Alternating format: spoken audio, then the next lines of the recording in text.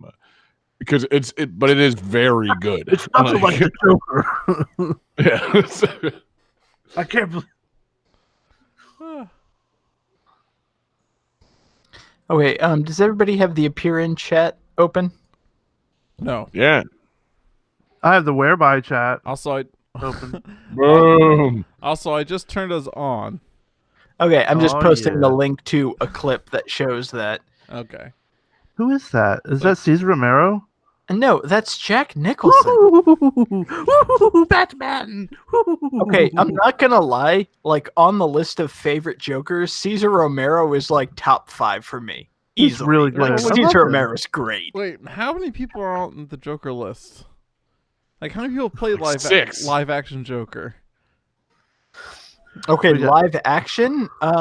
Caesar Romero. Jack Cesar Romero, Nicholson. Jack Nicholson, Jared Leto, Heath Ledger, Joaquin Phoenix, and then if you want to get like technical, I you could do. probably go back into like the 1930s serials. No, that's not technical. I wanted to say Mark Hamill. Mark Not live Hamill is action, the it's like technical radio. pick. You know, Mark Hamill never played the Joker in live action, but he did play an The alternate Trickster. version of the Trickster, which was Yeah. like they gave him So the heavy good. lipstick and like a pale face, and like it's fucking the Joker. He was fucking the Joker. I knew somebody was going to say that as soon as I said that. I'm a little tuned out. Yeah, that's pretty much what happens every time that I speak. And there goes John. He has left for the show. He's got a poop. I don't think Oh, it's a come on bathroom now. back there. Or is What it do the bat room? Oh, John comes back out in full Batman gear That's the Let's best. start the Caesar, show. let's or play full that. Joker gear. Oh my god, what if we were all different Jokers? Ooh, I call Leto. I call Mark Hamill. God damn it, Johnny. Nobody wants to be Leto. I want to be Leto. I'll be the Leto Joker. No, you don't. I saw that movie. I saw I'll Suicide be, Squad. I uh, saw it opening night. Jack Nicholson. Okay. Why, hey, John? I'm sorry. Why? So remember, you know the whole T-Mobile Tuesday thing, where you get free No. stuff on Tuesdays. No. Okay. No. Well, Who the I use fuck Sprint, knows that? motherfucker. they really T-Mobile Tuesdays. yeah. And on Tuesday, I got a free ticket to opening night for Suicide Squad. I was like, okay. So I went and saw it. I'm sorry. Congrats. Yeah, I would have, I don't know, not done that. Which reminds me, I really need to see Birds of Prey because I'm kind of glad that DC is getting I hear their it's shit good. together. Yeah, I saw it. I saw it Saturday. Pretty okay. It's good. Pretty good. All right, nice. Better than Suicide Squad. That's most movies. But Well, yeah, yeah. pretty good. Kill her. I like Ewan McGregor. I love you. Don't. Oh, that's right. We had this discussion because you didn't know who Black Mask was. Yes. Who is Black Mask? Ewan McGregor? All right. Yeah, literally. Like, there's a character in Batman comics who is Ewan McGregor. Oh, that'd be great. I love you, McGregor. You know, Ewan McGregor made me like Obi-Wan Kenobi. Alec Guinness was a pretty good Obi-Wan. Yeah, I liked Obi-Wan before. I mean, that. Alec Alec Guinness Guinness was like top 2 Obi-Wans. Alec Guinness is good, don't get me wrong, but like in the original Star Wars trilogy, Obi-Wan Kenobi is just kind of like exposition the character. He's like, I'm your wise old mentor. Let me explain what the Force is. And then watching Ewan McGregor in the prequel trilogy is like, oh wait, no, he's like an actual person. I don't know. Just we gotta start the show, guys. I'm waiting on a countdown, John. Okay. Well, no, I don't think John's is it ready, countdown time? and I don't think Jesse's ready. Jesse's like watching something. Yeah, fucking, the AEW Women's World Championship just changed hands. Ah. Jesse's always watching something. Like, do you not pay attention when I'm talking about my game? Nobody is paying attention to what I have to say. No, I can pay attention to. I can hear. It's just this Power is very bombed the important. shit out of that girl. Okay. Finally, her reign of terror. is Yeah, over. see, It made John's watching no it too. sense for Riho to be champ for any amount of time. I'm glad. I mean, I don't know if Nyla Rose is And necessarily 5, like the kind of person 4, you need being the champ, but 3. I still think it's better because than fucking an an Kenny Omega. 80-pound girl that's never present for the show. Yeah. Yeah, she's like least the Nyla's opposite of there. Brock Lesnar. All right, guys. Yeah. I'm doing the countdown. Oh, you are? Why? So Oh, y'all had y'all's fun chats, and then we finally get Yeah. going. Fuck us. All right. Let's be- Yeah, come on. 5, 4, 3, 2, 1, go. So I just get bubbles right now. And I don't John, why do you have a fucking bubble what is on? going on at John's house? What are you talking about? He's celebrating that Nyla Rose won. Those are celebratory bubbles. All right. A little Any bit of other the kind bubbles. bubbles? 5, 4, 3, 2, Sad bubbles. 1, go. Welcome to Game That Tune!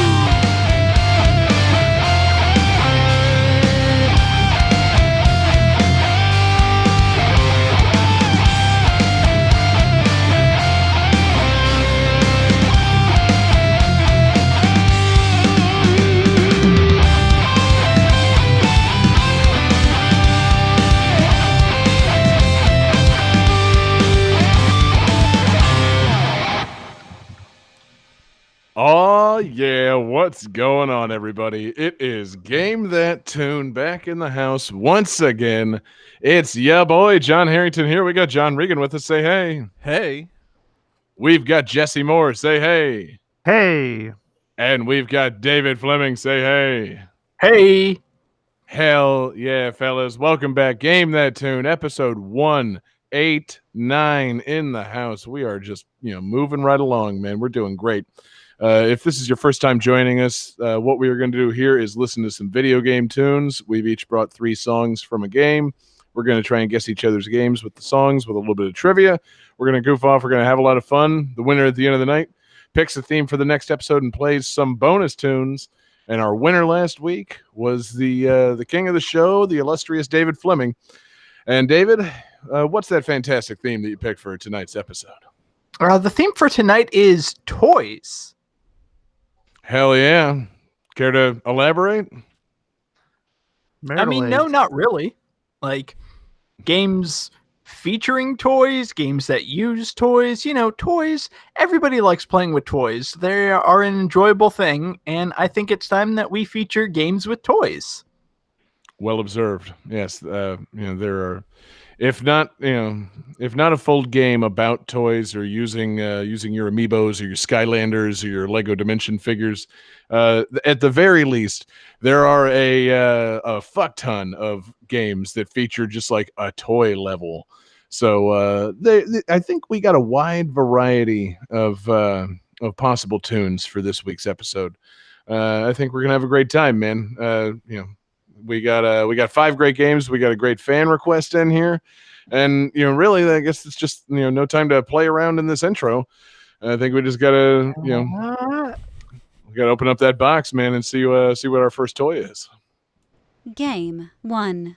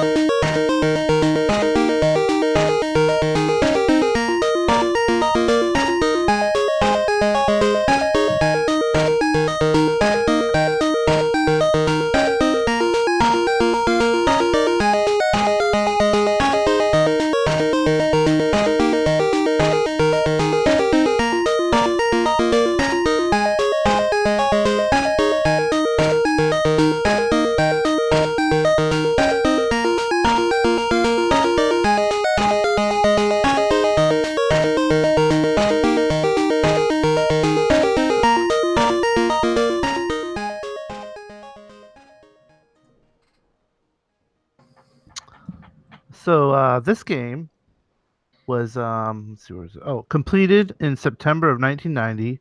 However, the game did not go through any quality assurance, and as a result, a major bug was caused the game to crash.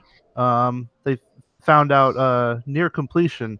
The bug was actually occurred when the player tried to go backwards on the first stage. And no one noticed it because why would you go backwards on the first stage, like, or first race? There you go. Let's see. Oh, so they put this like little what it was like a binary bit was wrong. So they put this little device that functioned like a miniature game genie onto the cartridge to correct it, which is very fascinating. I thought Johnny would like that bit. I do like that. It's like a little patch. Yep.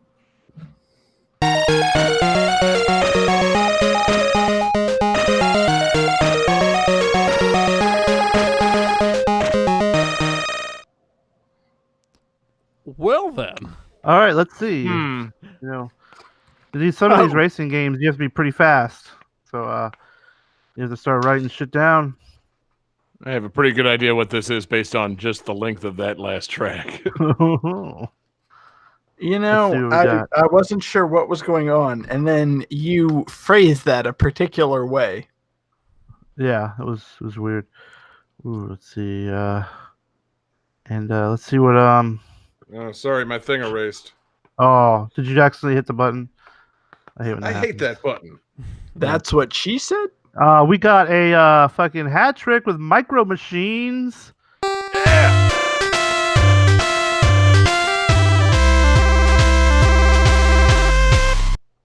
Johnny, play the bonus thingy. The Micro Machine Man here presenting the genuine original, colossally collectible, most midget miniature replicas of the real things. Micro Machines. Dramatically detailed, stupendously styled, smaller than a nut, this one or this one. And now with a totally terrific town, the new Micro Machine Super City Toolbox playset. Closed, it's a mild mannered toolbox. Open, it's a Micro Machine USA. Cruise your mini Micro Machine vehicles, planes, and boats to the police station, the marina, the mini motorcycle repair shop, the gas station, the construction office, work, the real working drawbridge, highway, passenger ramp, and garage doors. Or take a Micro Machine flying machine in for a landing. Phew, this place has it all. The new Micro Machine Super City Toolbox playset from Galoob. The one and only outrageous original miniatures. Remember, if it doesn't say Micro Machines, it's not the... Wow. Question before we even get started. In post, do you want me to like up our tempo on this whole conversation? Like, you know, make us like 20% faster for the podcast version? Should we? Oh my God, should we that'd do be this ridiculous. whole segment in Micro Machine? Oh, that was Oh. silly. No. That'd be fucking obnoxious. Oh. I think I'll skip that. Hell yeah! So this is Micro Machines for what? That's NES. yeah. Okay. I was gonna guess Game Boy, not knowing if there even was a Game Boy version. That sounded is. Game Boy-ish. But yeah, cool. Micro Machines. I didn't play the game, but I stepped on plenty of these things as a kid. Yeah. Oh, this game is tight. Wonderful toys. It doesn't sound like it was. They had that game-breaking bug if you go backwards. That doesn't sound Well, tight they at all. patched it. Is that also referenced in Ready Player One? Did you? Am I the only one that saw that? I did didn't see see it, it. but I don't remember anything about Micro Machines in it. No, but in the like the race, he had to go backwards. That was the secret. Like, Oh yeah. and that's how he got the whatever the next clue. Because thousands and upon thousands of millions of people have been trying to like win this thing and figure out what to do for forever, and no one thought to go backwards in Ready Player One. So yeah, Well, I great mean, movie. to be fair, Classic going film. backwards, like going to the left, was like how you progressed in Metroid. Like going backwards was a huge deal in the 80s. Nobody Yeah. thought to do that. Right. But definitely nobody would think to do that in a racing game because it's counterproductive. Like, Yeah. don't. Like the Lakitu usually flies down and starts wagging a finger at you when you go backwards. So, besides breaking the game, what happens in Micro Machines? Does the Micro Machine Man start talking like, you got to turn around, man? You're going the wrong way. This is not the right way to win the race. I think the Oh game my just god, can you crashes. imagine if the Micro Machines like racing game just had the Micro Machines guy in a cloud coming at you like, hey man, you're going the wrong way. Do you realize you're going the wrong way? You should really go forward when you're going in the race. John Machina here telling you, you got to go the right way to win the race. You got to go to the right. Can't go to the left. You got to go to the right. Oh, Jesus Christ. This sounds terrible compressed through the NES sound I was chip. going to mention it's an NES making these sounds. Yep. Sounds terrible.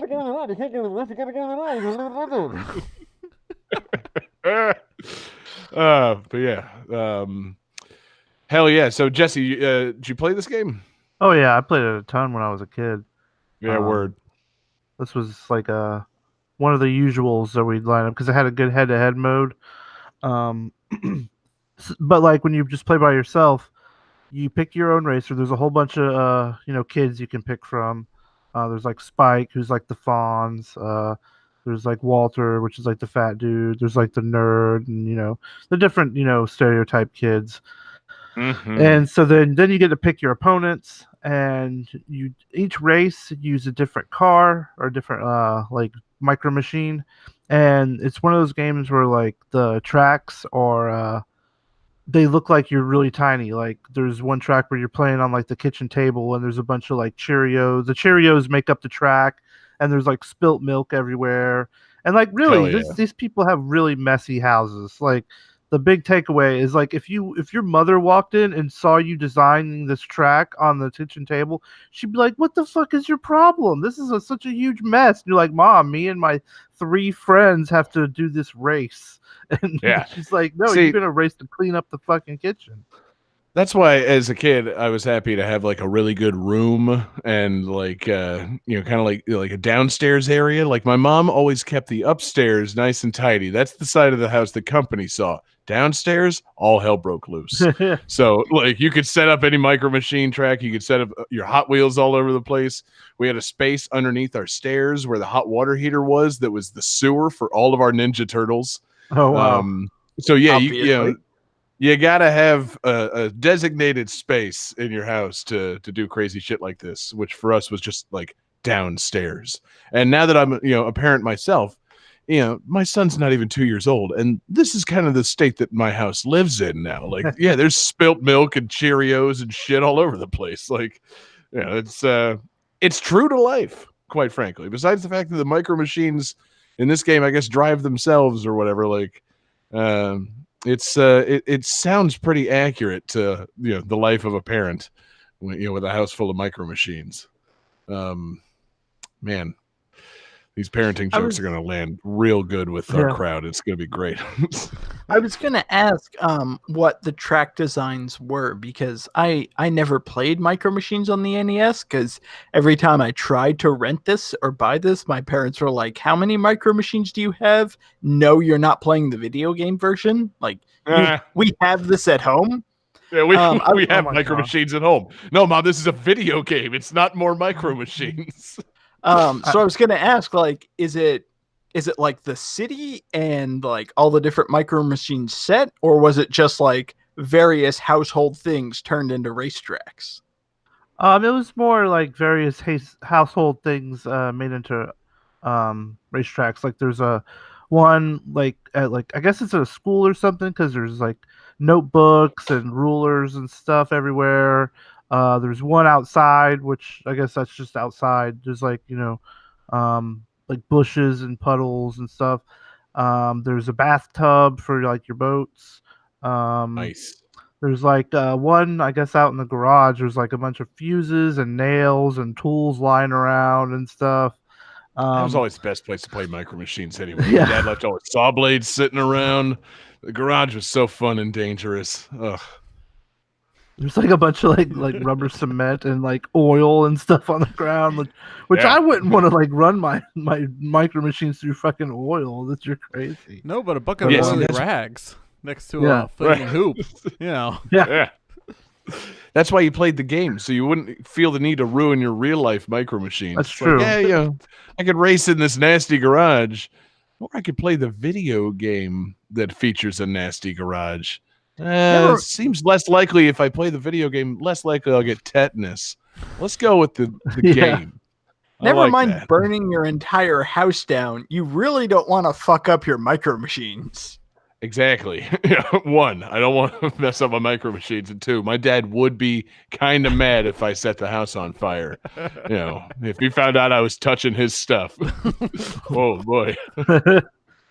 And like Ah. the tricky part was, each race you'd be using a different vehicle. And so some vehicles handle wildly different than other vehicles. Like the helicopter races, man, the helicopters are really hard to fucking fly. But how is that possible? It's an NES game. I imagine all the controls were tight. Tight. Yeah, Like, real tight. unbelievable. The dune buggies just go way too fast. So you have to really monitor that. Oh, well, there's a bonus stage where you got to drive a monster truck, and you have to go through water, and there's like certain areas that are shallow enough for you to drive through. If you just get like an inch off of there, you're fucking sunk, and it's so annoying. It is. And like after the people you're racing against lose a few matches, they get eliminated, and you have to replace them with one of the other kids. So like, I guess eventually you have to race everybody. I like it, Interesting. man. Yeah, sounds cool. Sounds like an early precursor to something like Diddy Kong Racing. You get your multiple vehicle racing game going on. Kind of wish Diddy Kong Racing at some point got you shrunk down and you had to race on someone's kitchen table. That would have been pretty fun. That would have been bananas. Yeah. Oh. Could have just raced around a bowl of bananas. But yeah, Also, I mean, fuck yeah. I love the idea of like somebody's mom coming home. It's like, okay, well, let me make a sandwich for you. Everything's like, why is there a very small monkey and a small clock racing around the kitchen sink? Yeah. Best not to ask you in these situations. It involved a magic pig. So rather Magical not pig. say. Yeah. The old whiz pig came by. And That's we're what in I call my dick. We're in way over our heads. Here comes the whiz pig. Oh God. Not that kind of episode.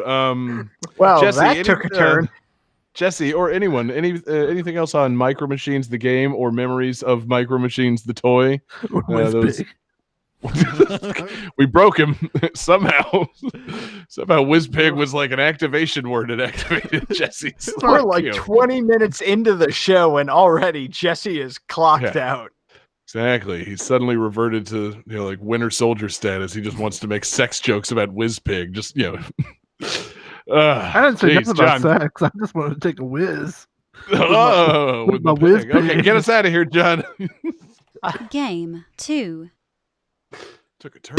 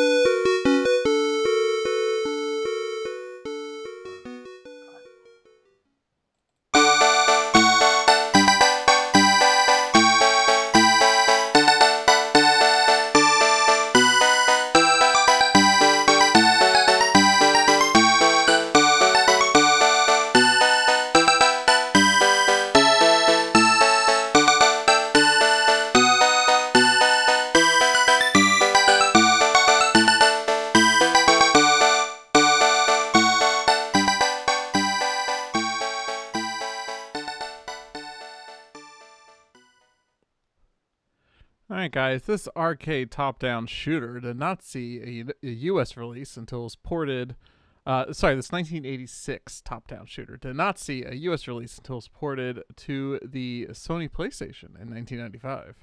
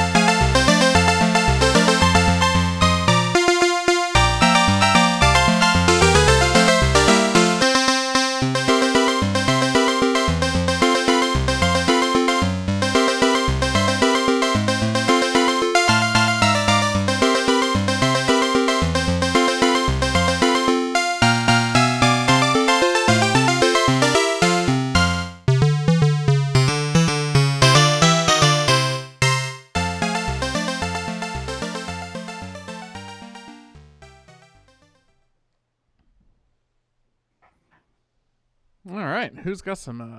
Oh, Jesse left. I get it, man. We really broke him. He, Done with he your is ass. disqualified. All right, cool. Well, while we're waiting, that gives me time to check on my wife finishing dinner and also look at this wrestling match. God, can you guys believe that Nyla Rose actually beat Riho? What? I don't Nyla know. Rose beat Rio? I am in a state of shock and awe. Axel Oh man, Jungle Boy Rose? might have him. No, I'm David, really, you really enjoy this wrestling, man. I'm telling you. I'm Hey, look, really Jesse. pulling for Crimson Flaps.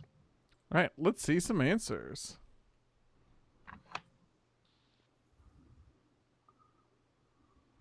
So let's see. Jesse says Parodius, which is incorrect. David says Loaded, which is incorrect.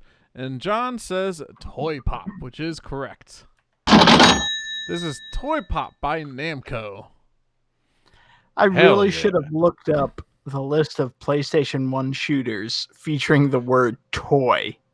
You I similarly, you should have just Googled toy video game and seen where John's head goes because it's pretty straightforward.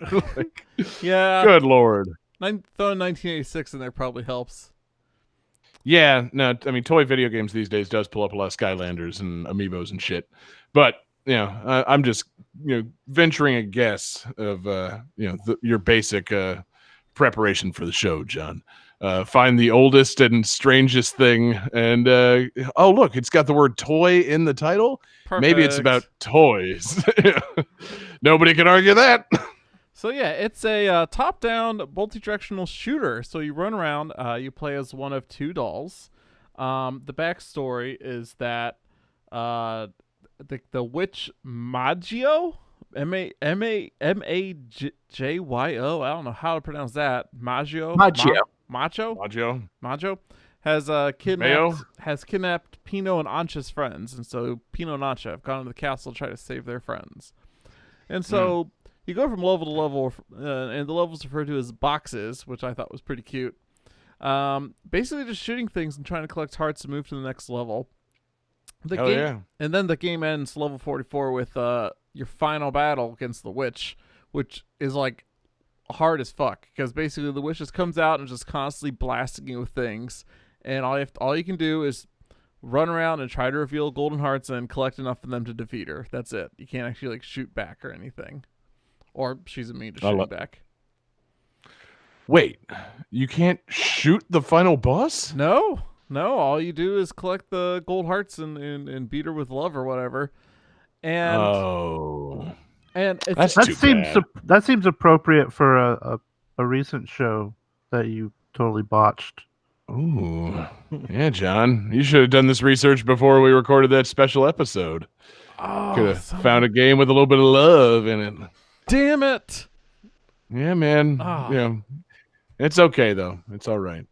The episode was good without your help. It was, but it was way better by me uh, not being too involved. Let's be honest. I'm really the George Lucas of this show. The less involved I am, the better it is. But give yourself some credit. Responsible for huge technical advances and Just like Lucas. technical wizard. Yeah, like But, ILM. yeah. I Not was great going on to say, content. it's like, John, what are you talking about? No, that metaphor checks out. Yeah. It's apt as fuck. Way to go, John. Now you just need to put a microwave in the room. Ooh. Exactly, man. Get ready for Valentine's Day. Get that microwave out. Smash. But So, John, did you play this in preparation, or have you ever played this? A little bit, and I had a hard time with it because I couldn't find like instructions, and so I was just kind of winging it as best I could. I mean, so, it's a top-down it's an- shooter. How complicated could it be? 1986. So Yeah. like there's actually 2 quite a buttons. few different weapon power-ups. Like there's a bomb I figured power-up, out Twin B with no context. You could figure this out. and like I couldn't quite. It seemed like when I destroyed an enemy, it would just immediately respawn from like a spawn point. So it's kind of like sometimes you're better off just like avoiding it, like and not act like if it's in an area that's better. There's some strategy to all this. I got Mhm. nowhere I just near don't the final understand, boss. like- I had to watch a I just video. don't understand. When you kill an enemy, they come back. Like, John, have you played a video game before? I mean, like, Especially an old video game. like in Pac-Man, you get a few seconds while they go back to the middle and then bounce around with the eyeballs and then respawn. I'm saying, like, you kill an enemy, immediate, it's back. It's like, Jesus. okay. That's different. Yeah. I was gonna say, have you seen that meme? It's like the board meeting. It's like, how can we make our game hard? And it's like, what about platforming challenges? What about this? And then the last guy down there, he's like, could have enemies that respawn. Throw his ass out the window. It's like, oh yeah, respawning enemies kind of fell out of fashion recently, didn't they? Because that was the nightmare of classic games. Is, oh, I've killed this guy. I walked backwards 2 steps. They're back. Like, Nothing's worse than when you play, like, shit. classic Mega Man. Like, you clear a screen, move to the next, and then an enemy shoots you back into the past screen, and then all of a sudden all the enemies are back. Like, fuck. Oh, I love that move. Like the got fucking bopped into the last week. Oh Jesus. But yeah. Yeah, I don't know, John. This game seems fun. So why did they port it to the PlayStation? Well, it's part of the Namco Museum Volume 1. So it had, Okay, when you say it was ported to the PlayStation, like, we're assuming that it was like it got a standalone release. like a Yeah. Namco $60 Museum is very different. Yeah. Someone was that really makes clever. so for much this more remake. sense. So it's like they made a port of 1986's Toy Pop for that's a waste of a CD. Like no, but yes, the Namco Museum Collection makes much more sense. That's because at that point, this is like this was never released in America in the arcade, so it's almost like you can have this dumb little old game as a bonus because you're already getting like fucking whatever, like 6 other games with it. Like I think what it's was Namco. on. It's Namco Museum, so you're probably getting Pac-Man, Dig Dug, and Galaga at least, and then Ooh, they're probably actually, adding like Mappy. Would you like Hold on, would you like the list? that's a fun non-real non-real lightning round. The 6 games besides Toy Pop that are on the original Namco Museum Volume 1, released for the PlayStation 1 in 1996 in North America. Jesse, name a game on Namco Museum Volume 1. Dig Dug. Wrong. David, name a game on Namco Museum Volume 1. I mean, Pac-Man. Correct. Johnny, name a game without looking it up. Galaga. Galaga's correct. Jesse, what you got? Mappy. No, David. Namco Museum. Pole Position. Pole Position's correct. Johnny. Rally X. Rally X, that's right. Jesse. 2 left. Oh man. One of these is going to really piss you off. Oh good. Mrs. Pac-Man. No, David. Galaxian. Great guess, but no, that would have pissed me off. Johnny, what's in this? Bosconian. How do you know the name Bosconian? Because I looked this Because up he earlier. looked it up. I did research, gotcha. John. Yeah. I didn't know that. I thought you said you hadn't looked it up. Okay, yeah, Bosconian, and the other thing, the one that would piss you off, new Rally X. So yeah, not necessarily the greatest value Namco Museum, but a fun arcade experience and a fun concept back in the day. I mean, how many games in like the PlayStation 1, like 1995-96 era, were compilations of older games that couldn't be played at home because they were all arcade games? I mean, Namco Museum, kind of cool, kind of ahead of its time. Kind of maybe should have given us something besides new Rally X and Pole Position, though. I mean, Williams had an arcade collection on the Sega Genesis before this. Not this is why I asked. Well, ahead of the excuse game. the fuck out of us, Johnny. Why I asked, John, because I'm going on, Namco Museum being maybe not the first, but probably a pretty well known and Also- and a good value. let me take a second here. Okay, sure. Williams had an arcade collection on the Sega Genesis. John, name a famous prominent Williams game in the arcade.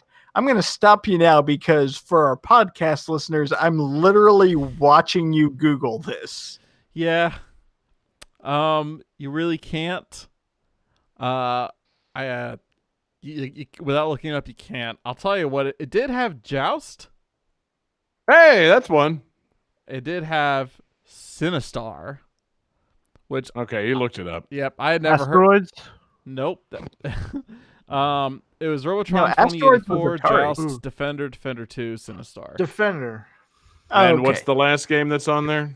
Well, on the Saturn port and Dreamcast port, Bubbles. Oh, that's the magic word. I thought the magic word was WizPig.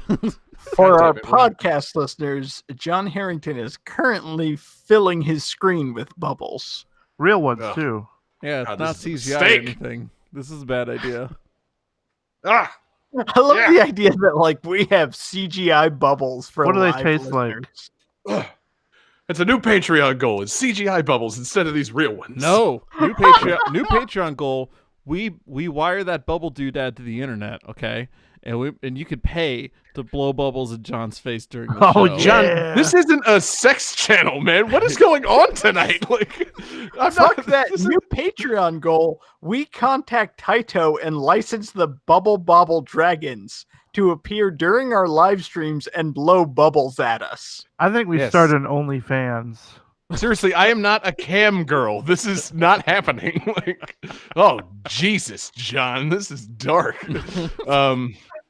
It probably would get us a lot of money on Patreon. All that said, because people like dominion over other people for money. Turns out. So should I or should I not remove my shirt for the remaining of this broadcast? Should. we always remove our shirts. Let's pop those bitches off, Johnny. Let's keep going to the next game. Toy pop, pop the shirts. Game 3.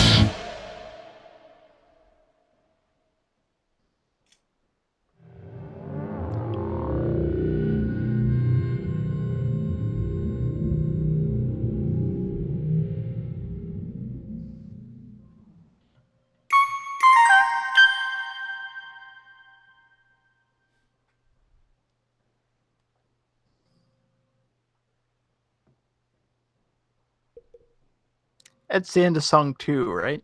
Yes. I hope so. Okay. And this is the fan request.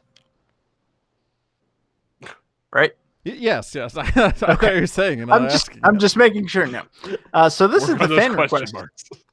So this is the fan request. According to the series producer, the reason why blood is seen as fluorescent pink was to avoid having controversies due to content and to lessen the grotesque feel of the game.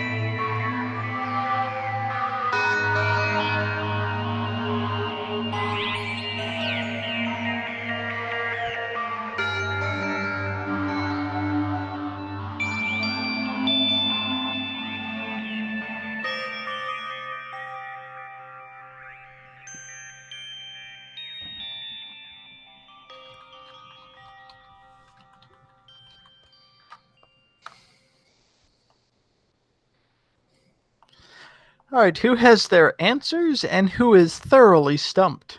Johnny, looking at you. Hey, man. Come on now. Be nice. All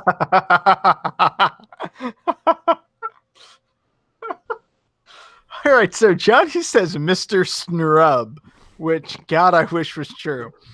John Harrington says The Witcher. Sadly incorrect. Also, I'm curious, what toys are in The Witcher? They play Don't Gwent. It's a card game. Mhm. Meanwhile, yeah, bitch, toss a coin. Jesse has the correct answer of Danganronpa or Dang Old Grandpa. So this is Danganronpa, which came to us from multiple people in our Discord channel. And wow, this is an interesting game series. I had heard of this game, but never really looked much into it. And then when I took the request and started doing research, So this is a game where it's kind of like a puzzle adventure survival horror game. So like it takes place in a high school, and people get murdered in very violent ways. So you're trying to find the murderer, and it's a combination of like Phoenix Wright style like trial sequences. But then there are also little mini games that you have to play in order to like get clues and solve like who is killing this. And it's all orchestrated by a sentient living teddy bear. Okay, yeah, I think I do know this bear. Yeah, like I didn't know. I didn't even know like really the word Danganronpa, but I'm like, look, googling it now. I'm like, oh, I've seen this bear. What an edgy bear. yeah, it's a weird thing where it's like they made kind of like this, like I said, like an adventure horror game. But then they added a cute, cuddly, kind of wicked, edgy mascot, and like that really took off. So like there's the main Danganronpa series. There's a couple of games in that. They also made like a few mobile spin-offs. I believe there's a pachinko machine.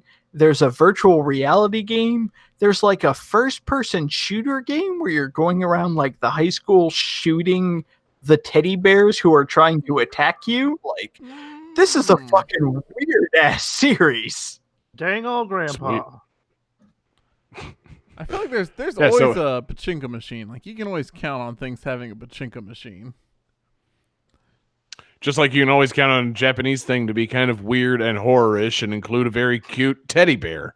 I mean, it's it seems like, you know, someone's been over time distilling Japanese anime and like culture into a game, and this was like the concentrated thing that came out.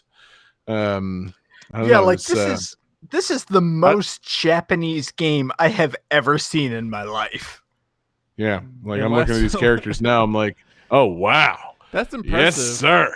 That's extra impressive, David, considering last week it was games not released in America. we We got more Yeah. Japanese than that.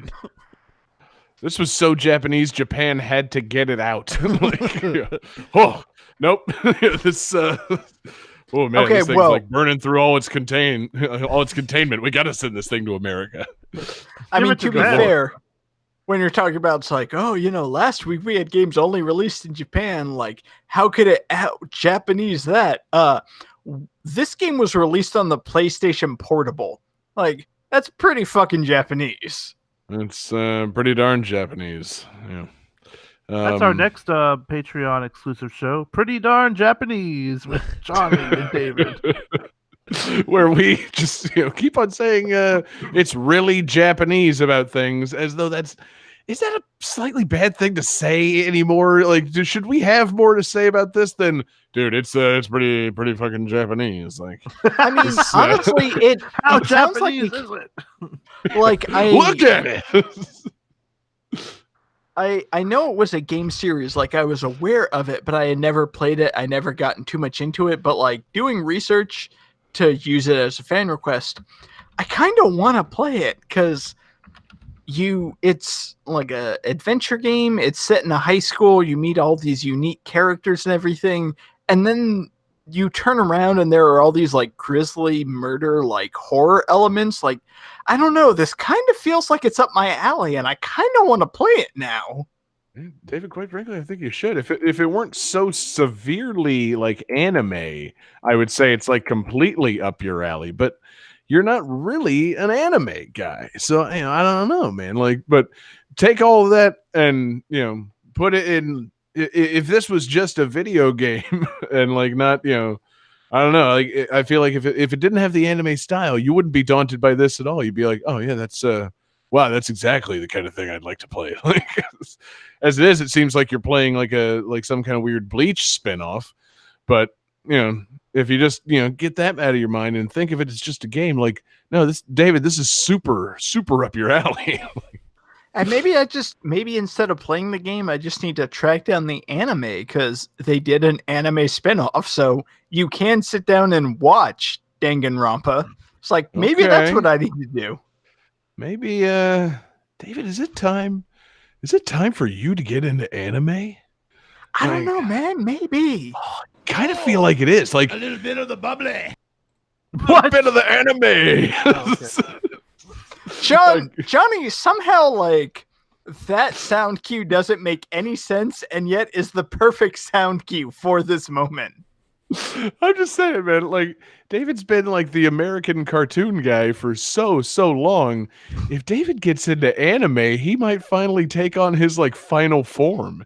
It could be fascinating. We could get Gold David on the show. My God, I would Ooh, love. Gold David. Yeah. Yeah. Oh, Super Saiyan David. I'm trying to get my ponytail like flapped up in the back, but it doesn't quite work. That's what I'm having a hard Good time boy. figuring out. Is it David with like shining godlike blue hair, or is David more of a Frieza type and it's just the same David but his body is now gold? Like both are good options. I don't see why he can't be both. Yeah. Gold body, blue Right. hair. Oh man, yeah. Go Super Saiyan Frieza David. This is why you need to get into anime, so we can clarify this situation, so David can figure out what his final form will be. Because most likely it won't be a Dragon Ball Z reference, because that's impenetrable for David at this point. No, David needs to get into some like newer, more obscure anime, like the Danganronpa anime. I have two suggestions that I think are up David's alley. My Hero Academia, it's superheroes, it's wonderful, and High Score Girl, which is all about arcade games in Japan, and it's amazing. David, I think Fooly Cooley be right up your alley. It's 6 episodes, so you get through it pretty quick. Boo! Also, it's Yeah, really Yeah, I'm good. amazed that that we're covers it too. I'm I'm amazed sorry, that we're that's- talking about like David's anime final form. It's like, obviously, if it was David's anime final form, I would be Princess Serenity David. Oh God, yeah. Like, I didn't watch enough Sailor Moon to see how those forms evolve, but yeah, David would be whatever like Sailor Jupiter's final form is. Oh Jesus God. No. That's perfect. Frankly, I'm into it. I think this is something that needs to happen. I think we need to get David into anime. We need to start a side project podcast, a spinoff. David Anime Discovery podcast where me and Jesse both talk to him like, yeah, dude, you should have been watching this a long time ago. Yeah, I'm telling you, it's good. In my case, it'll be like, I saw like 2 episodes of that. It was good. I'm glad you're watching it though. Jesse will actually like school you on it. So Also, I'd like that's to officially request the episode title be Super Saiyan David. everybody's Super Saiyan David.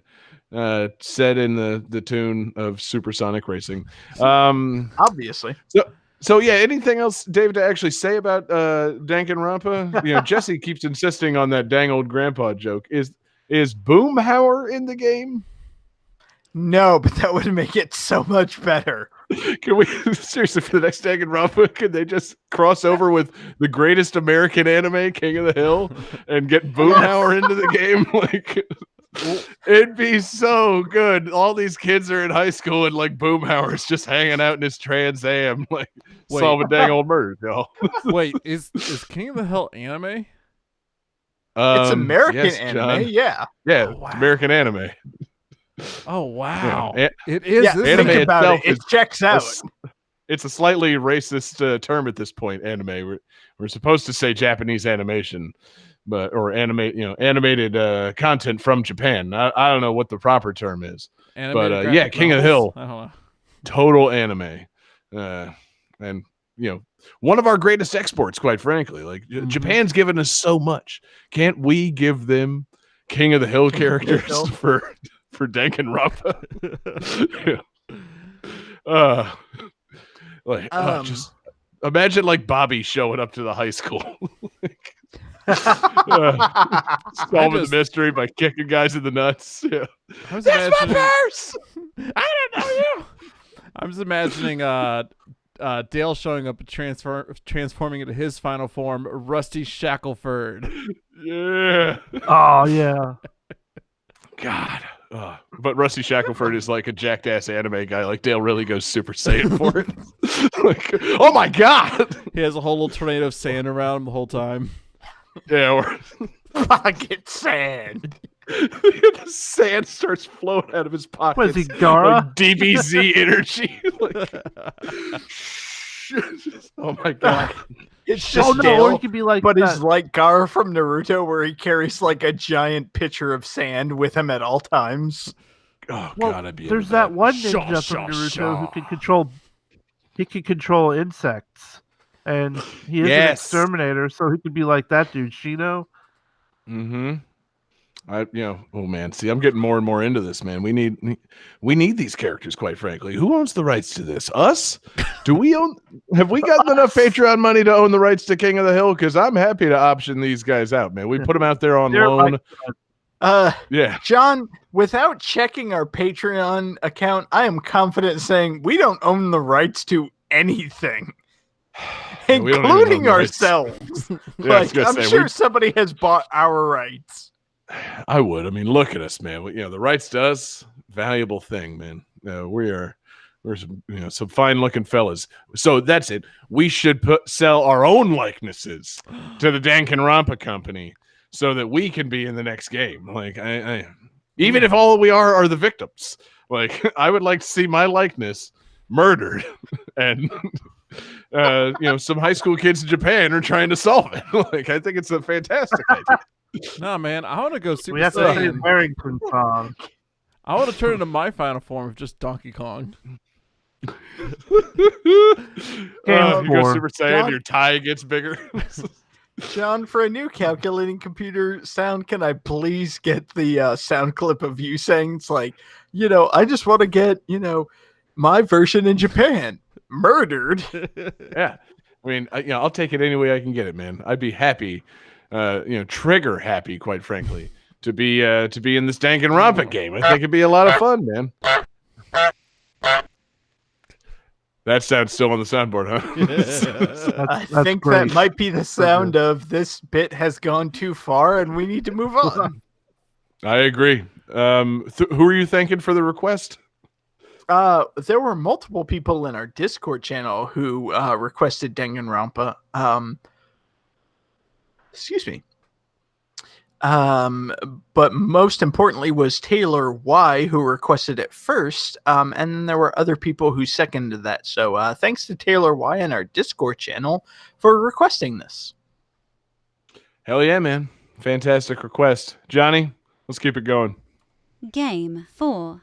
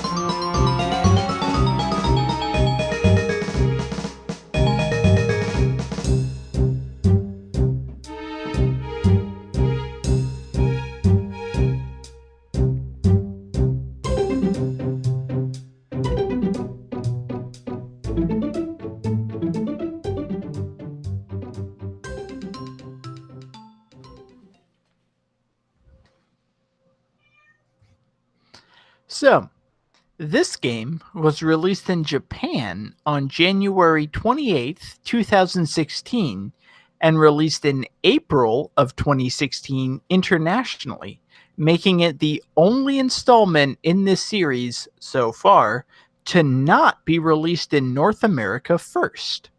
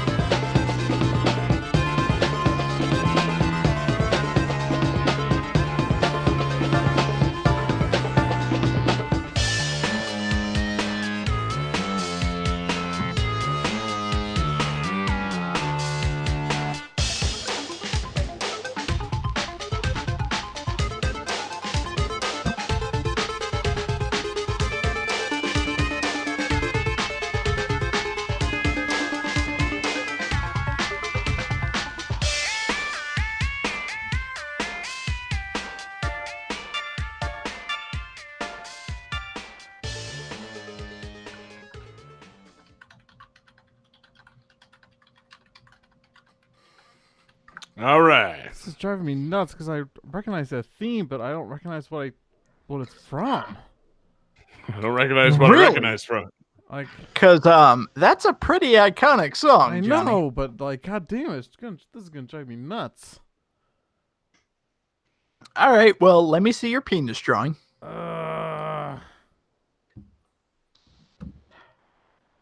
As for John and Jesse, let me see your answers. All right, so Johnny has a surprisingly disappointingly drawn penis. It's a goldfish cracker. No, that's a surprisingly disappointingly drawn penis. Jesse says Pokemon Rumble, on the right track, sadly incorrect. John says Mario versus Donkey Kong Mini March something.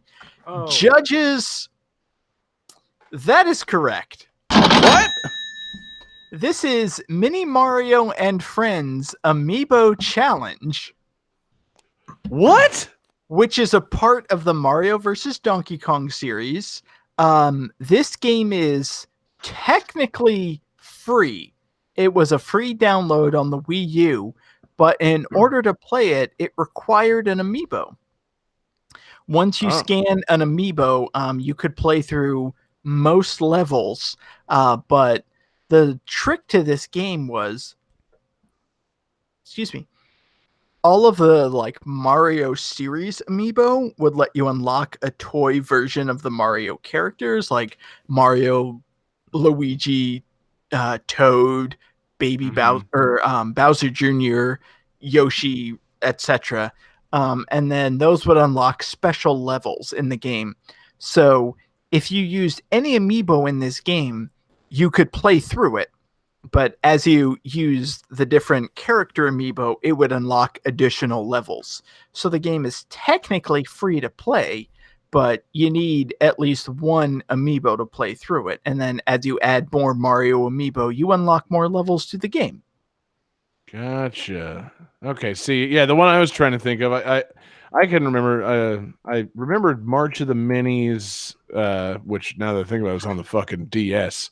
I was trying to think of the one that came out for Wii U, Tipping Stars.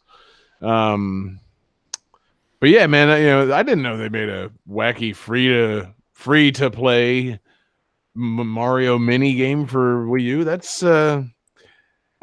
about in line with great ideas lost to the Wii U. Well, that's the thing. Like, a lot of the Mario versus Donkey Kong games, aside from the first one, kind of run together because it became less about they like did in my mind. it became less of like the fun platforming, challenging, and more like, oh hey, like let's make lemmings. But this game, I wanted to use this game not because it required amiibo to play, but because as you use amiibo, you basically play the entire game as cute little toy versions of all the characters.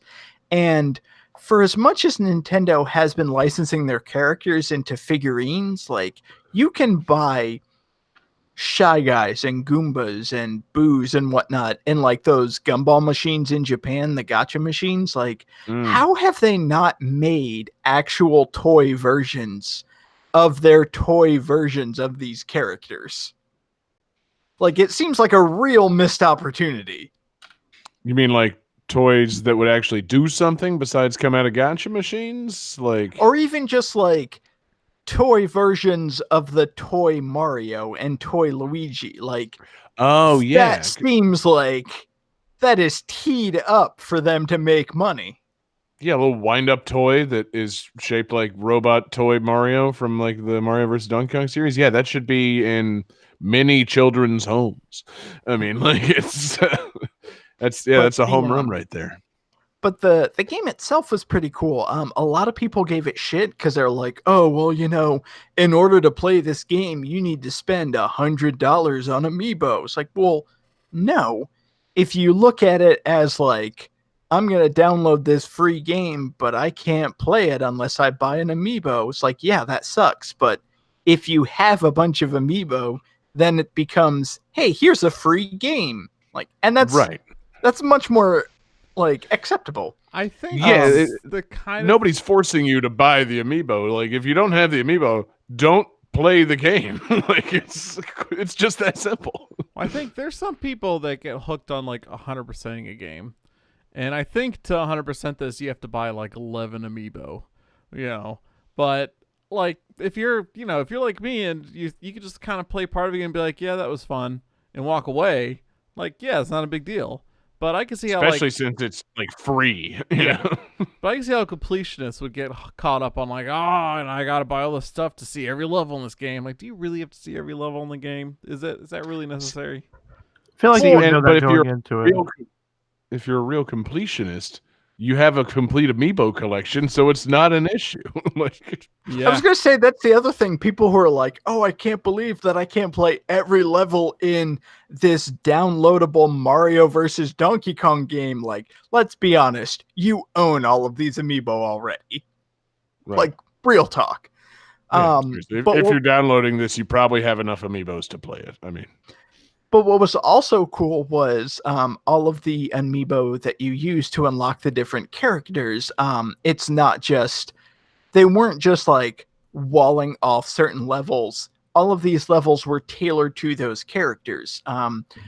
Every level has like its own soundtrack.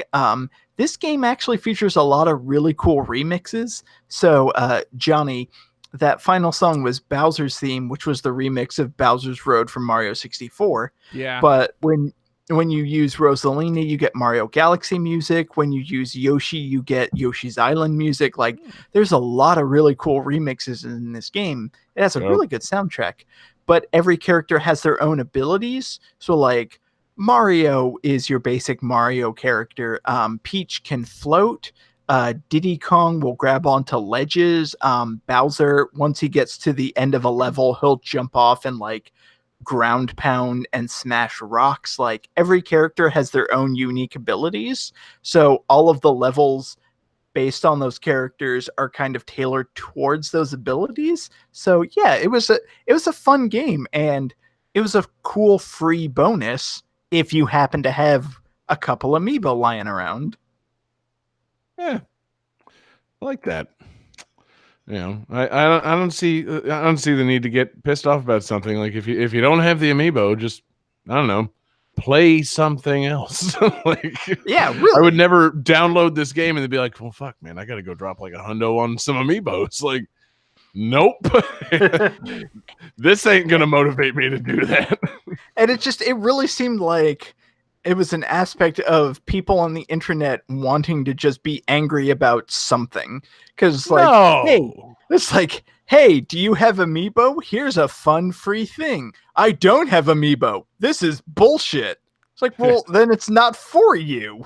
That's pretty straightforward. Yeah, like that one's not that hard to understand. That's really, like, they're not doing this to sell amiibo. They're doing this to reward people that have purchased amiibo. Like, no one is going to go out and buy a shitload of amiibos to complete this game. So Yeah, basically. yeah, they have an audience. It's guys like David. Other people, you might not be the audience for this. But yeah, it looks cute, man. The toy versions of these things are adorable. And that's like, what I'm saying. Like, now I you wish say they that, made David, actual these toy r- versions of these. I They want them. really do need versions of these. I mean, like, oh god, just precious. I like it. The little clamp hands and things. Oh, yeah, I could get into that. Man, I'm glad they didn't put those, like, make those real. Like, if those were in like a machine in, like, Albertsons or something, and I had a roll of quarters, I'd buy every single one of them. I would have spent all my quarters on that. Like, those are fucking cool looking.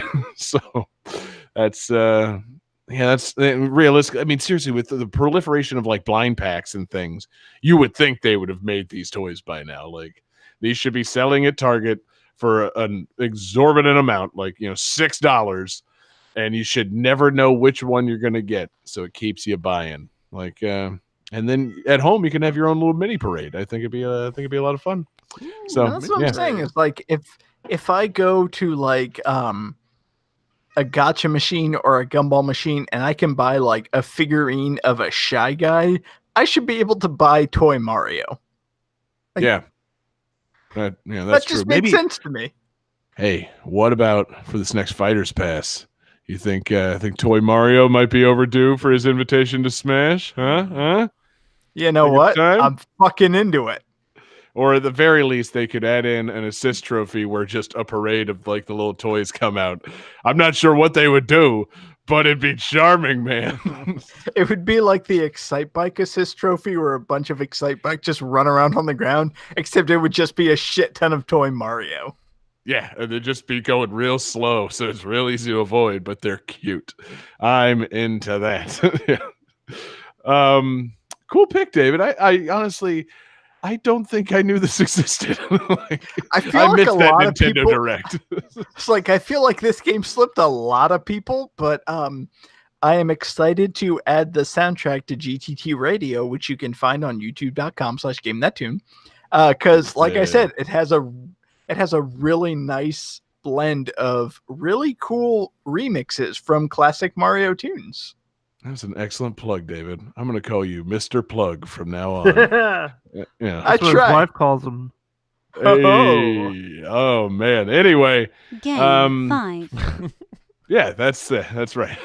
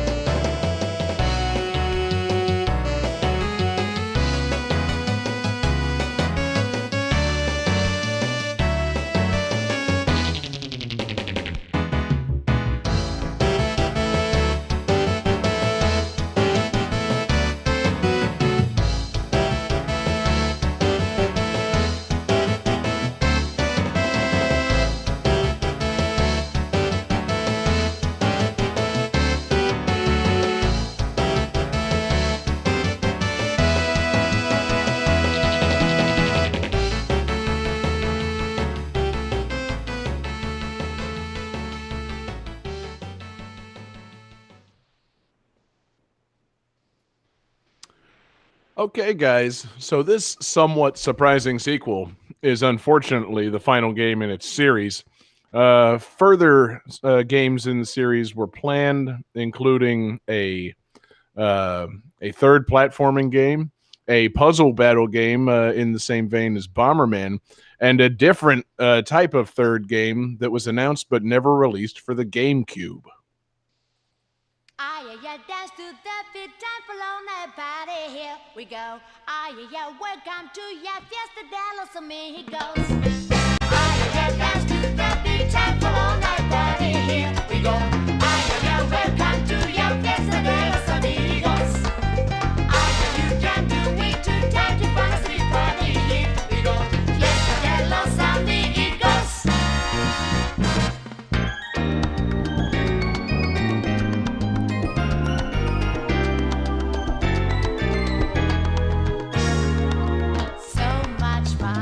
to be toys, 'cause we can dance all night. Señorita, you are beautiful tonight. Donara and friends, amigos in the salsa mood. Tells you ginger, purun, jadu. Santi and Lupo, amigos in the salsa mood. All on better silver too.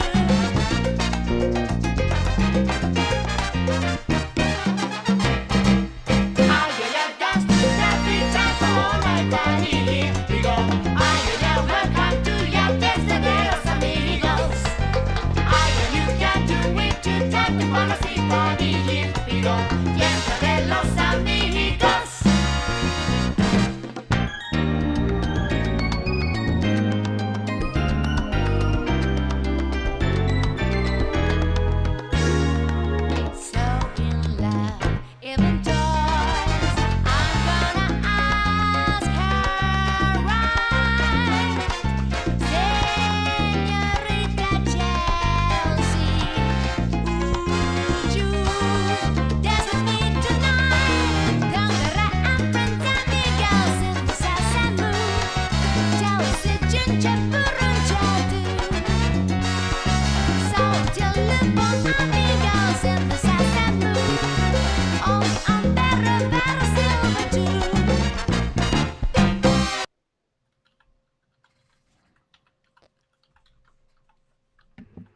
Hell yeah. That's That pretty ended sweet. abruptly. Yep. That only ends abruptly in the video, the live stream. Longer version in the podcast. So listen in podcast form, people. Let's see what you got. Ooh, John Regan says Samba de Amigo 2. I wish it existed. Jesse has drawn a penis wearing some sort of fancy hat. Sombrero. That's Sombrero. incorrect. It's okay, sombrero, excuse me. And excuse me. David does not have the correct answer. He wrote Glover. No, I'm sorry, David. It's not Glover, though.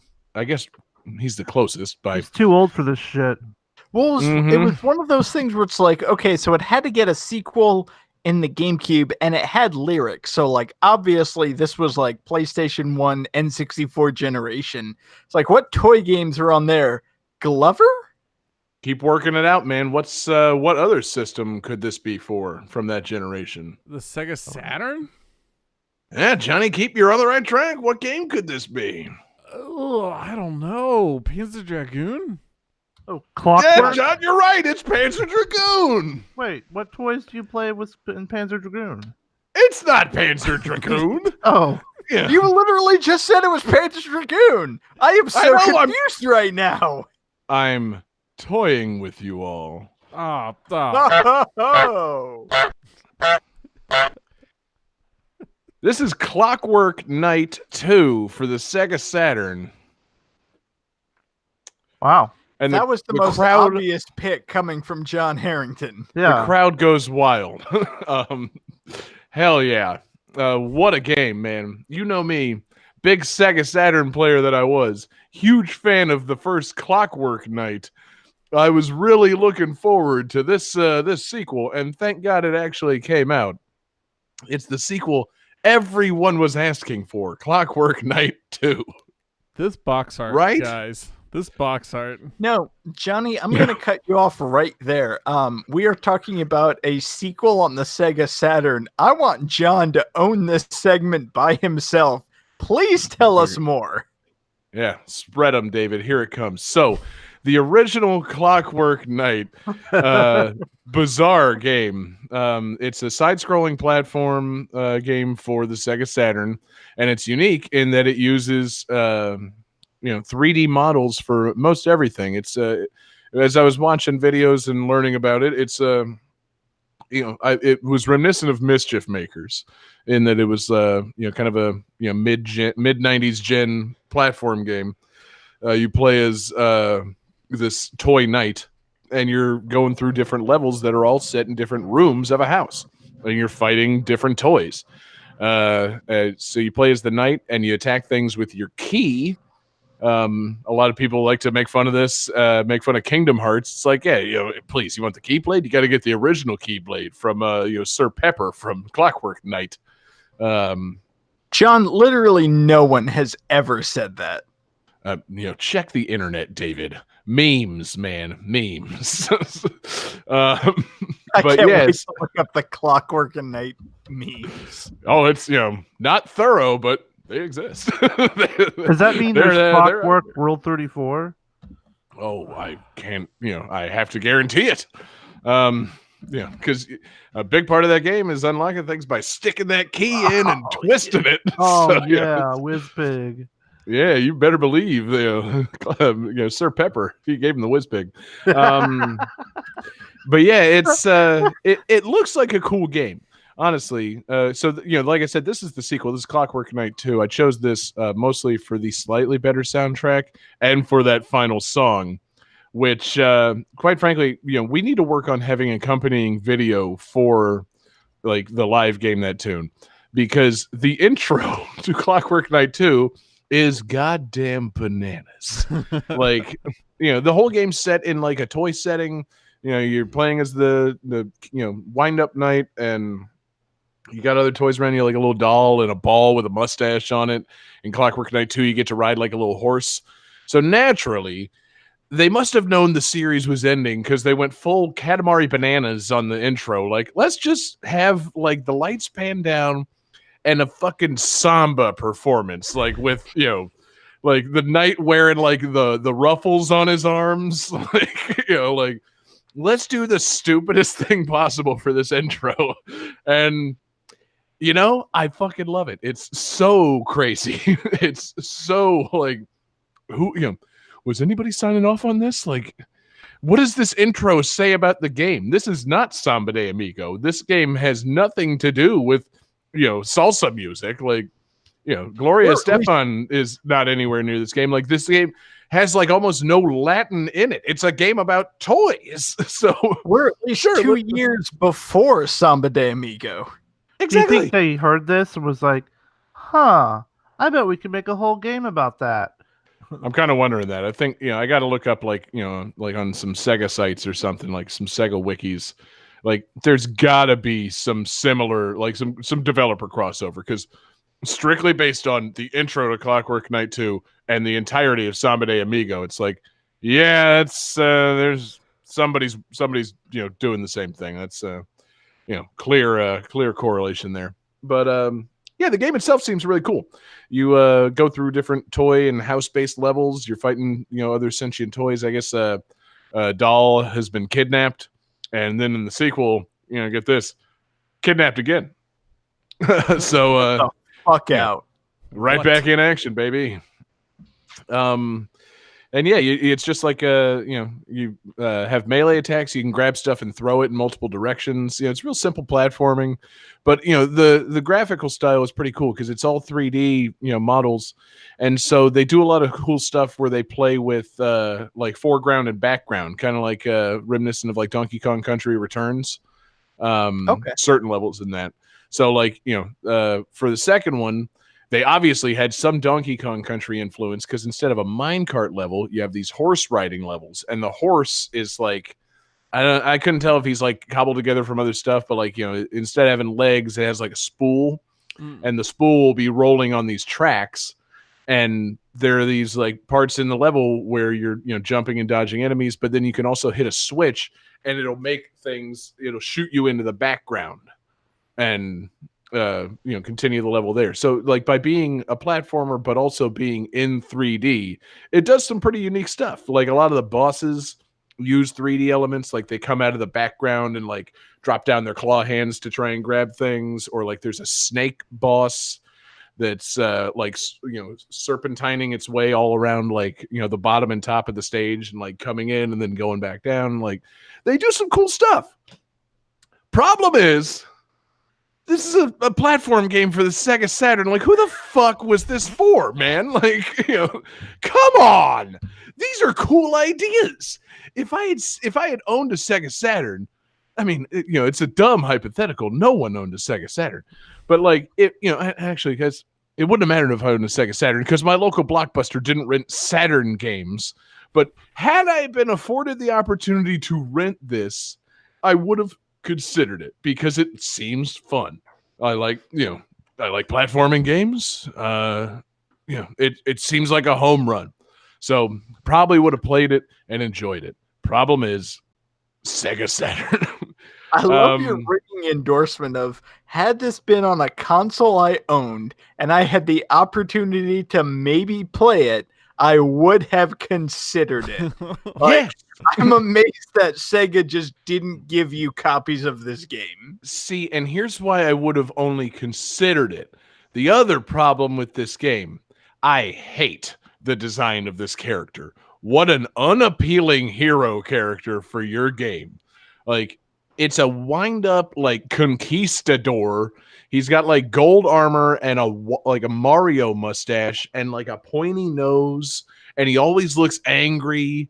And I'm just like, didn't you want to do a second pass on this fucking hero character for your game? Like, I get that he's supposed to be a wind-up toy, so, like, in the game, he looks okay because, like, his movement's all herky-jerky, and, you know, it's kind of funny. But, like, what an unappealing main character for a game. Like, I don't want to play as that guy. His cheeks he are looks like so looks like rosy. somebody jammed Waluigi into C-3PO. Oh, Like, no. it's terrible. Goodness gracious me. You know, I'm not gonna lie, I'm looking up pictures of him now, and that is the most perfect description I could possibly imagine.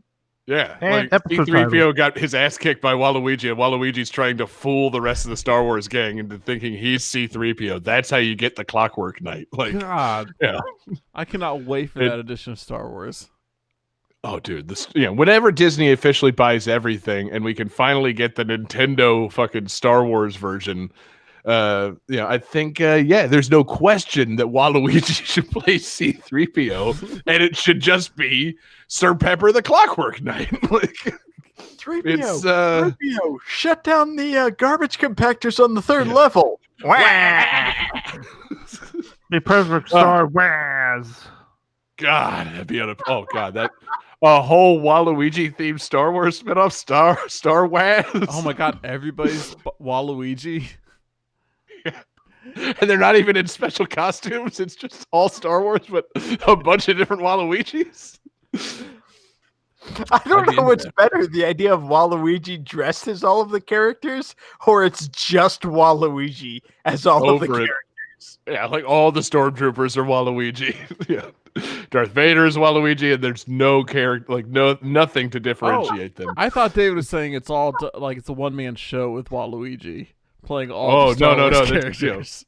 Copy and paste. It's all of the Star Wars characters, but they're wearing the purple and black overalls. Mm-hmm.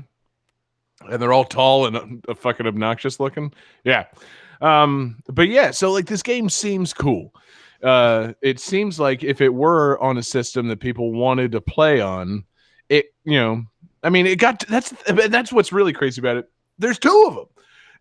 Clockwork Knight was a launch title for the Saturn, and they fucking made a second one, probably because it was, exactly the same as the first one, and probably cheap to make. But like, I can't believe they made two of these. This is it's wild, man. Because I would have liked to have seen some sequels if there was like a 3D like platforming type game starring the Clockwork Knight on the GameCube. Actually, realistically, I wouldn't buy it because I really find that character unappealing. But like, if they just took these ideas and like, if the Clockwork Knight team had been able to go to Nintendo and be like, guys, listen, I know you got this mandate to make all your Nintendo 64 games like 3D games, but a Mario platformer set with 3D models where you can use the background and the foreground would be really fucking cool. And Nintendo would kick them out on their ass. And it would take until like New Super Mario Brothers years later for them to finally realize that it could have been a good idea. Like, this game had cool ideas. It looks kind of cool, especially for the time. And they were taking wild swings, man. That musical intro and that ugly fucking character tell me that like, they were in full blown, like, we don't give a fuck. Like, we don't need to make this game appeal to anyone. This game is for us. Somewhere a man has completed his passion project, and then the Sega Saturn collapsed, and God only knows what happened to that poor guy. But yeah, it's a cool game, man. I would like to play it if only that were possible. I love the idea of this studio coming to Nintendo like, hey, we have a new like action platformer game. Nintendo like, no, get the fuck out of here. Take that to the Sega Saturn. And then a couple years later, it's like, hey, look at our brand new original character for Mario Tennis.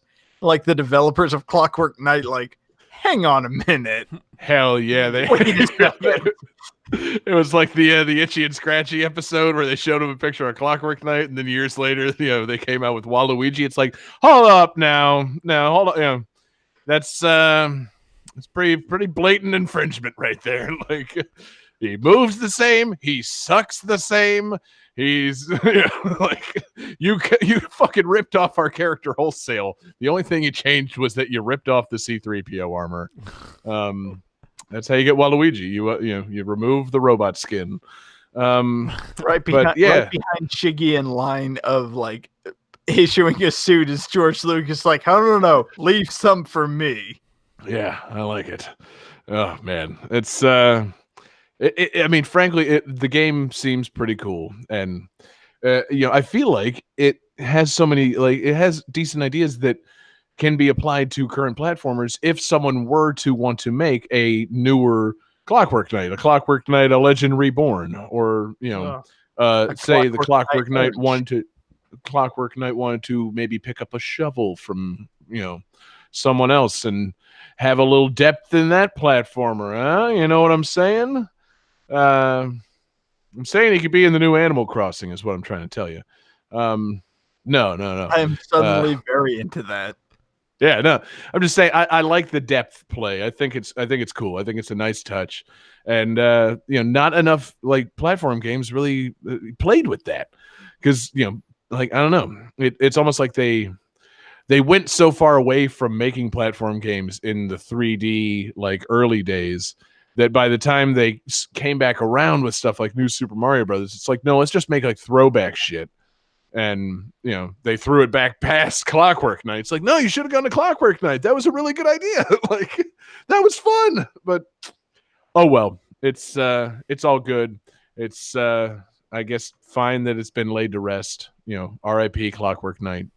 I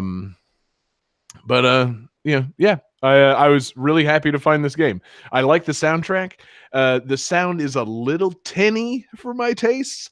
Like, I would like to hear this soundtrack free of any sort of compression because they got some fun banjo shit going on there. There's some good driving, kind of just fun platforming music. So, it's a fun soundtrack. I'll even give a composer a shout out. Composer Hirofumi Murasaki. Fantastic Clockwork Knight 2 soundtrack, my friend. Let's write to Sega and ask them to have an official release of the Clockwork Knight 2 soundtrack.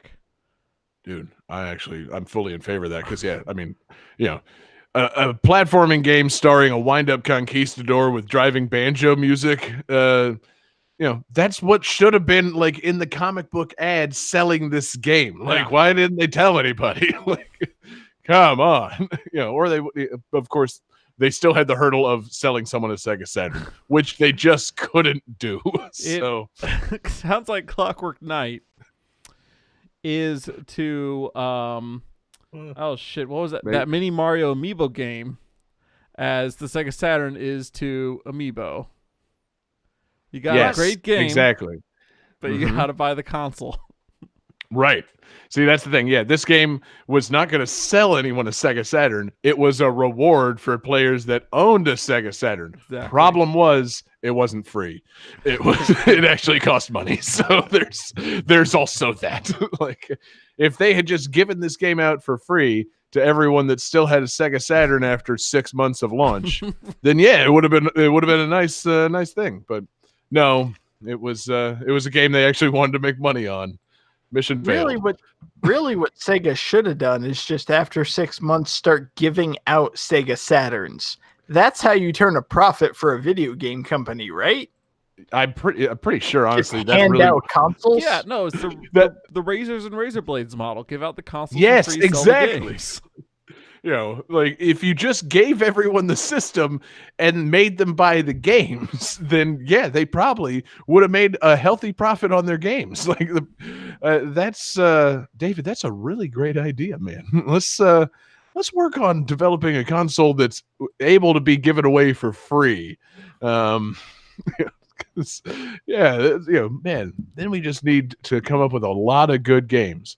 Games as good as Clockwork Knight 2 that people will buy once they have a Clockwork Knight free 3. system. I like it, Jesse. GTT That's a $1 console million exclusive. idea. I mean, to Let's be fair, if you listen to our podcast, we've come up with a lot of great game ideas. I'm saying, man, let's get Clockwork Knight 3 over to Kickstarter. Kickstart the Game That Tune, guys, to make Clockwork Knight 3 finally a reality. I think we're ready. I'm setting a target window, 2024. That's when Clockwork Knight 3 is coming from the Game That Tune crew. We can learn to program games and develop a console, give it out, and then make people buy copies of Clockwork Knight 3 within the next 4 years, can't we? We could do that. We're good guys. Yeah. Ambitious. Can the console just be a Raspberry Pi?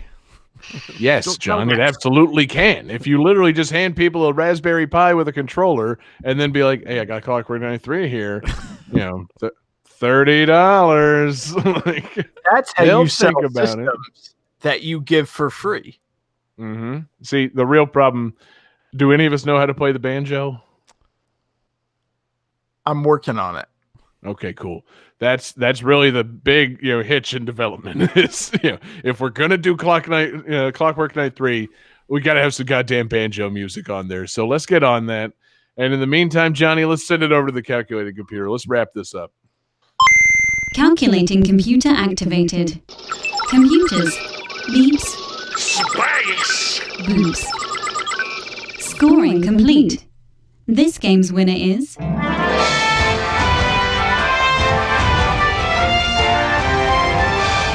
John Harrington. Well.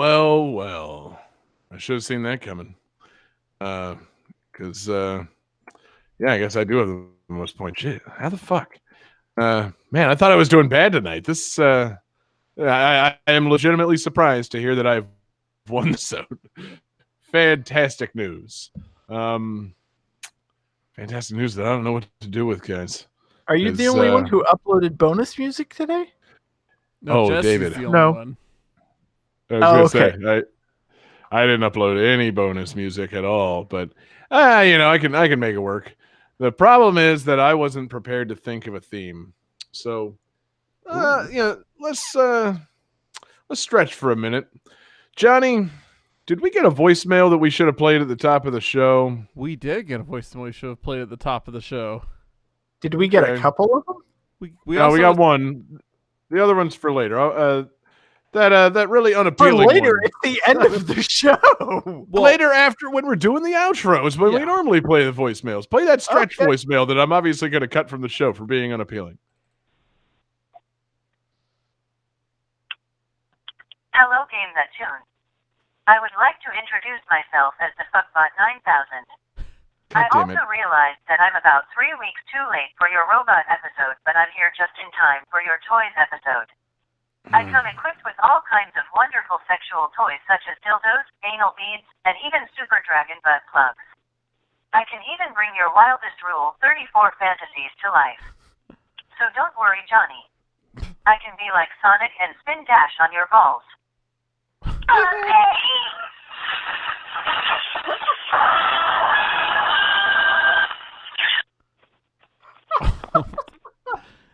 Well, wow. That's the weirdest voicemail we've gotten yet. Yeah, that's right up there, man. 3,000 for calling. Yeah, I really didn't see this coming when when we gave out that voicemail number that people were going to get real weird with it. I didn't check out who that was and tell them never do that again. Oh, I know who it might be. You can't tell? Got a pretty good idea. Put money down that I know who that is. Yeah, we all know it's David. Yep. Anyway, David, please stop calling. And so I've thought of a theme for the next episode. So we've been doing I've been doing GTT gyms, and frequently I'll reference that as a good idea for like themes, say games from 30 years ago, games from 20 years ago. I don't usually do games from 10 years ago, so I'm going to keep it recent. I want to do next week's theme for our 190th episode. Has no influence on this, has no reason to be mentioned right now. The next week's theme, games released in the year 2010. 10 years ago, I want some good games. I think it'll be a lot of fun.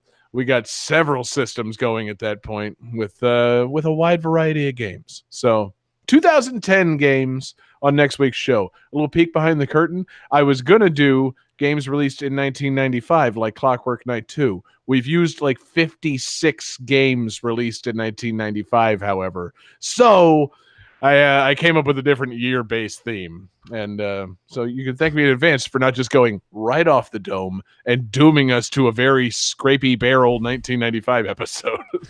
So yes, games from 10 years ago, 2010. On next week's fantastic episode of Game That Tune. And thank you, everybody, so much for listening tonight. What a blast we've had. It's been a ton of fun. Thank you to everybody watching along live with us. We're live every Wednesday night. We're on Twitch, YouTube, and Facebook. Search for Game That Tune. We're available in podcast form the following Wednesdays. You can find us in wherever you get your podcasts, any podcast device. Search for Game That Tune. Listen, enjoy. We really appreciate you guys listening. Thank you to everybody checking out patreon.com/GameThatTune. It's the home for awesome exclusives. We've got GTT gems. We've got Game That Tune covered up. This week, we've got some extra special stuff. We've got our love show, and we've got Johnny's supersonic fuck tape. It's really a wild week over at patreon.com/GameThatTune. Where we always have something fun in the works. Special thanks to our Patreon superfan tier producers, Alex Messenger, Lance Revere, Damian Beckles, Bradford Stevens, Daniel Perky, Kelly and XX Chrono XX. I want to give a special thanks to Chrono. He's a really great fan over there on GTT Radio, our 24/7 video game music live stream. He always said that when he gets 1 million radio points that he demanded I blow bubbles on the show. So for all our live viewers, you get to see bubbles blow into my mouth as I do this outro. Congratulations, Chrono, on 1 million points. That means he's made over 10,000 requests on Game That Tune Radio, which is fucking absurd. Jesus. That's amazing. Yeah. And he even called and left us a voicemail tonight. So, Johnny, hit that thing. Hey everyone, Chrono here. I crawled out of my hiding place to celebrate hitting 1 million points and just to say hello. Just wanted to say thanks to all the gentlemen of GTT for providing such a great channel, and thanks to that great community out there. I'll see you guys at 2 million points, or if I decide to do the butt dialing adventures of Chrono. Also down with the metal block. Bye. Thanks, Chrono. Really appreciate you being a fan, being a patron. That was much nicer than the fuck pot. Yeah, seriously, that's how you leave a voicemail, guys. That's really sweet. Call and compliment us, or make it a compliment sandwich. Just be like, "Hey guys, I really love your channel." Butt plugs and shit, and then be like, "All right, thank you for GTT Radio. See you later, Johnny. You're handsome." Like, that's a perfect voicemail. But no, you had to go all robot fuck toys and stuff on the other one. Yeah. Also, John, for a new calculated computer sound, can you please pull out Johnny saying that was much nicer than the fuck bot? Oh man, yes, absolutely. Yeah, and thank you to our requester tonight. David, refresh me on that request. It was multiple people, but you attributed it to Taylor Y. Yes, Taylor Y in our Discord. Multiple people seconded and agreed with that request, but it originally came from Taylor Y from Discord. Hell yeah, man. Fantastic. Make your requests via our Discord server, or find us on Twitter at GameThatTune, or email us gamethattune@gmail.com, or you can hit us up individually on Twitter with your selections. You can find me on Twitter at JGangsta187. You can find John Regan on Twitter at JP Regan Fuckbot 9000. Oh, God damn it, John. You can find David Fleming on Twitter at DFD Fleming. That's more like it. And you can find Jesse Moore on Twitter at Sega_legend. Hell yeah, fellas. So we're going home with my bonus tunes, which I, of course, have ready and prepared for just such an occasion. I'm not stretching at all to find... oh, no. Where are my bonus tunes? I want to Oh, point hell. out while you look for bonus tunes that Chrono hitting 1 million points is even more than 10,000 requests because you could spend points to summon gifts, right? And that, like, I think a gift is like 5 requests, so it's up there. That's a lot of requests. Yeah, It is it is. impressive. It's quite impressive, yes. So anyway, my bonus tunes is going to be from a fantastic 2010 game that I'm going to edit in and post. So my bonus tunes this week are from one of my favorite games of 2010, one that we previously featured on the show, a fantastic sequel, Super Mario Galaxy 2. This is the High Tall Falls Galaxy. And peace out, everybody. But for all our live viewers, we're going to listen to Jesse's bonus tune. So Jesse, what do you got for us? Oh, I just found like an 8-bit version of Asuka's theme. I figured since it was last week, Joshi Girls. She was one of my favorite Joshi Girls. Hell yeah. Peace out, live viewers.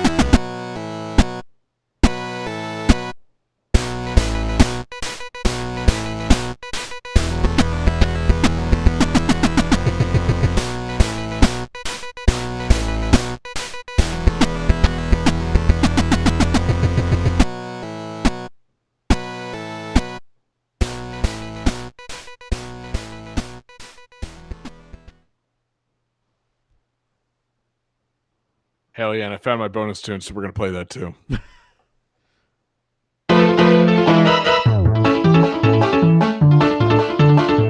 hear that, right? Yeah.